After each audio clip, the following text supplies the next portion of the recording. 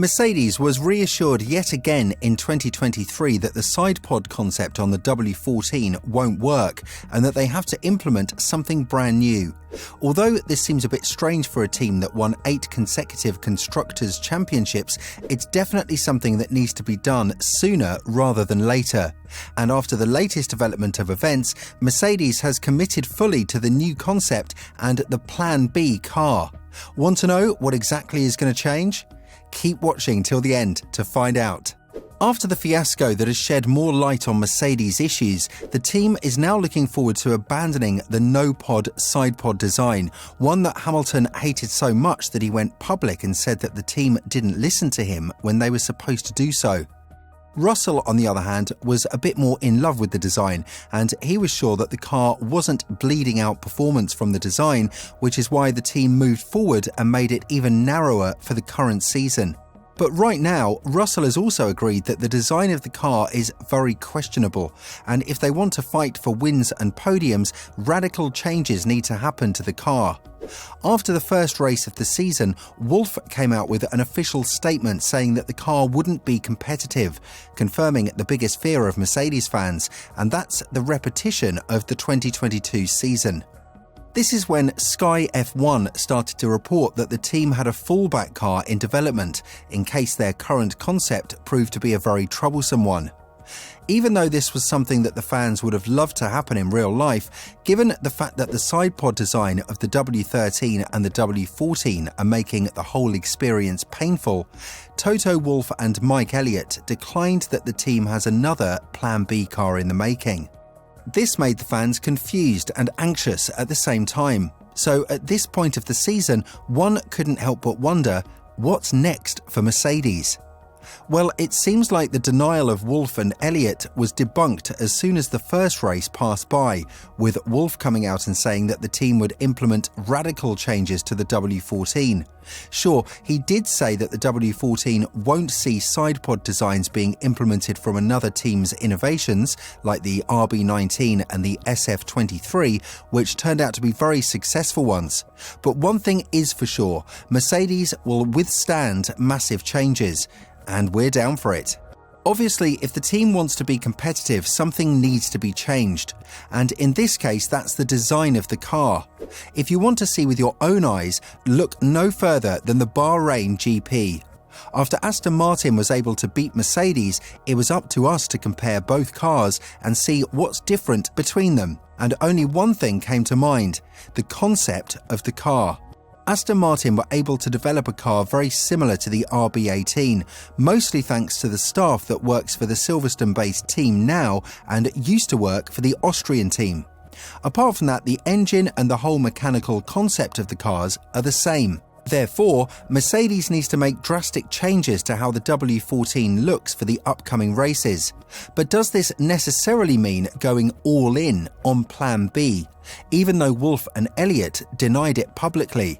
According to Ted Kravitz, the team understood that even though they wanted to work on the current concept of the car and make it more competitive thanks to the extra wind tunnel time, the focus is now solely on upgrading and implementing the Plan B car for the remainder of the season.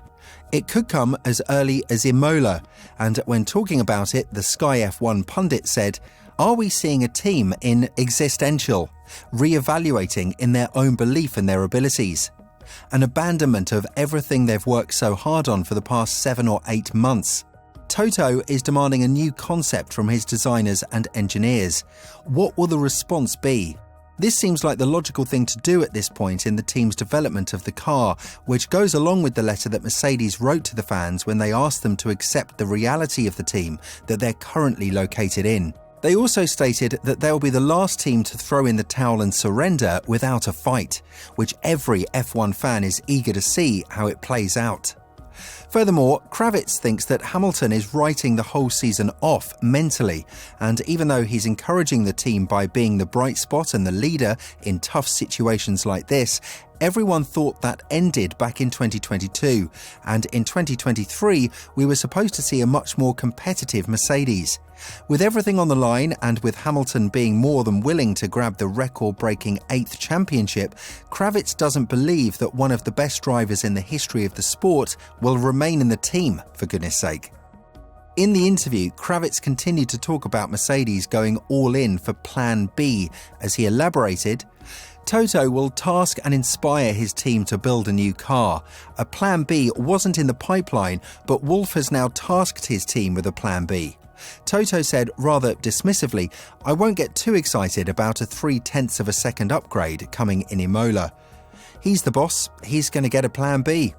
What is left for Mercedes at this point? They should not surrender so easily, and one thing that they can definitely bank on is the time they have to spend in the wind tunnels. In this aspect, they have more privilege compared to Ferrari and Red Bull due to the bad outcome in 2022.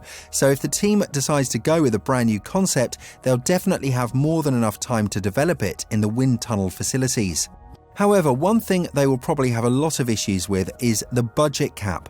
Even though Wolff denied that the financial restrictions will hinder the team's perspectives on building a brand new car, it's evident that in times where you can barely bring a massive upgrade to the car, you can all of a sudden bring a new concept and design and test it out properly. And the extra time in the wind tunnel, along with the CFD itself, doesn't actually guarantee a success in 2023, so the new concept car will need a lot of work to be in the highest place on the podium.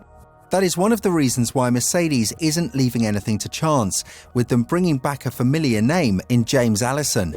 This is the guy that led multiple teams to championships, such as Renault and Red Bull, and has done the same with Mercedes from 2017 to 2021. Although he left for the sailing Ineos UK team, he came back to Mercedes to bring the team back to its glory days. And while it's uncertain what kind of role the former technical director will have in the team now, it's more than evident it won't be a passive one. Keep in mind that James Allison has been the mastermind behind the W11, one of the best cars that has ever blessed the Formula One sport. And that is why, according to Simon Lazenby from Sky F1, the departure of Allison and Vowles meant that Mercedes' dynasty is falling apart and they need to go through the process of transition. Luckily for Mercedes, they were able to bring back Allison, and even though Vowles won't be in the team soon, the former technical director will bring all of his knowledge to the W14 and make it more competitive in the upcoming races. Rumours have already started about his involvement in the new concept car that's supposed to hit the track in Imola, and it seems like Allison already has his fingerprints all over it. Until then, Mercedes fans should not be disappointed or torn down, because the team is expecting to be a bit more competitive in the next 2 races compared to what they showcased in Bahrain due to the nature of the tracks in Jeddah and Melbourne. These are the tracks that do not take as much toll on the tyres as Bahrain, one that hasn't seen the asphalt being renovated ever since it was implemented in the sport in 2004, and the medium and high corners are not present in Jeddah, so in a city circuit, anything can happen. With that in mind, we're going to have a very competitive W14 in the next 2 races, and whether it can challenge the top dogs in Red Bull and Aston Martin, as well as Ferrari, only time will tell.